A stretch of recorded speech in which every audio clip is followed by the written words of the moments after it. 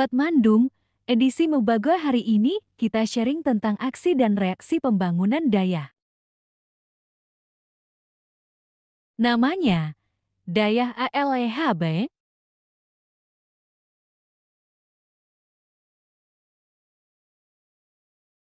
Inilah tapak pembangunan Dayah ALEHB, dilabelkan nama Dayah karena direncanakan menyelenggarakan pendidikan Islam secara tradisionalis. Juga ditambahkan dengan J ALEHB karena direncanakan tingkat pendidikan Islam pada bidang modal membaca Al-Quran, yakni belajar Al-Ba atau metode Itiara.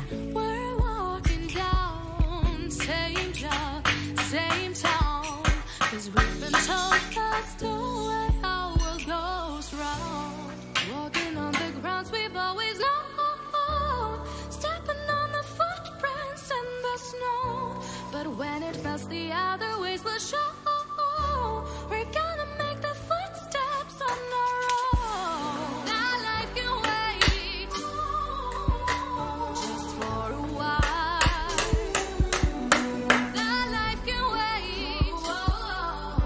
So take that aside and just go on.